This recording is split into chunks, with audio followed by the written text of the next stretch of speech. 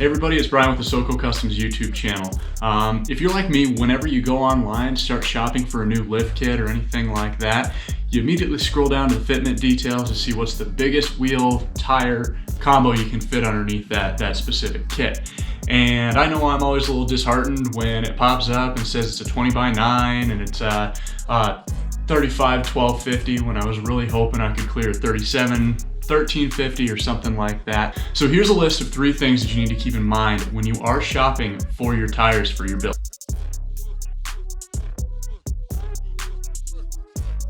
So we're going to start off with the look. What look are you going for? I know that it's really popular for the Jeep guys and the more specialized off-road vehicles to go with the 17x9 and then try to fit like a 35 1250 to get that sort of bubble out look that kind of looks like a monster truck tire. This is also so that when you air down, you're going to increase that contact patch and you're going to be able to really stretch the tread of that tire across whatever it is you're trying to get up on. For a lot of the daily drivers, you're going to run a fairly similar tire section width to what your wheel width is, and it makes the sidewall go kind of straight up and down, which is a really awesome look, and a lot of people really like that. And then another style that's really popular on like your SEMA and Daytona truck builds is to stretch the tire a smaller section width onto a larger wheel. So you definitely need to mind your sidewalls and choose your tire width based on that. Your local shop might be able to point you in the right direction as far as which tire selection might stretch better if you are looking for that stretch SEMA build, or which tires are going to run more true to that section width that they have printed on the side of the tire.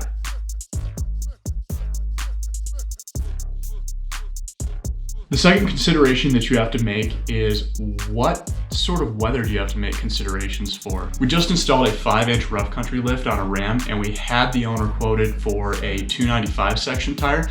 He called us up a couple of days before the build, and he was a little concerned that it would look like the truck was riding up on top of pizza cutters.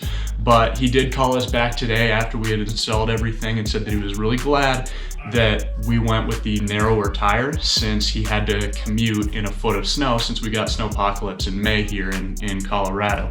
I know we always want to get the widest tire to fit underneath if we're going for that specific look, but oftentimes a wider section is going to increase the amount of the size of your contact patch.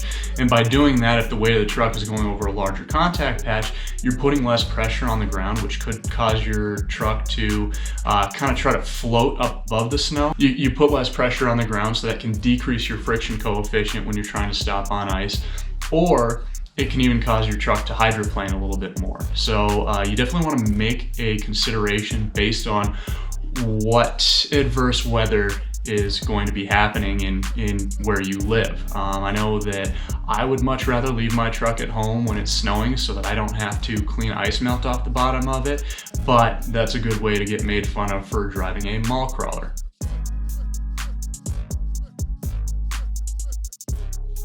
The third consideration is how do you want them to fit the truck. A combination of the wheel and tire selection, your offset, and maybe running spacers is a good way to change up the stance of your truck.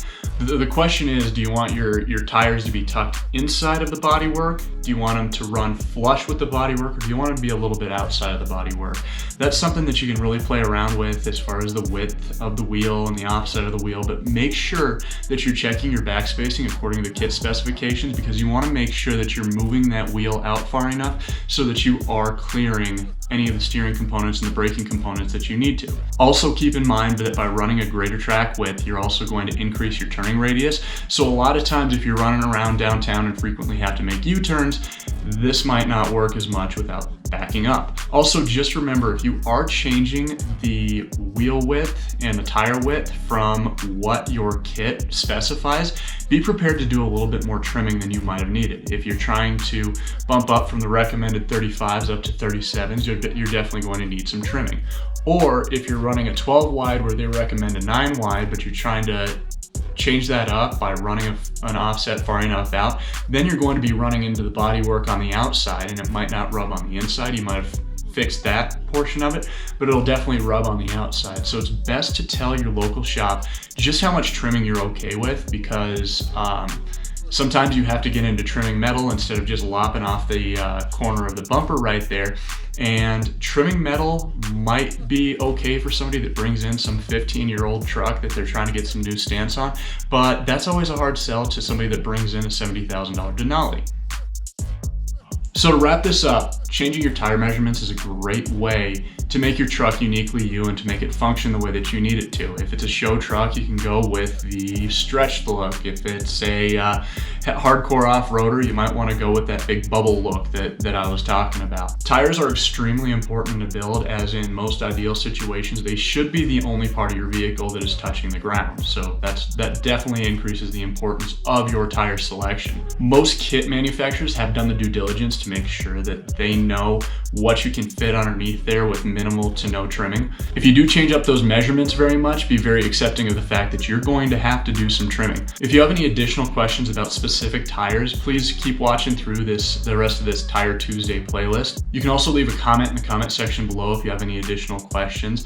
Also, while you're at it, why don't you give us a like and a subscribe on this video.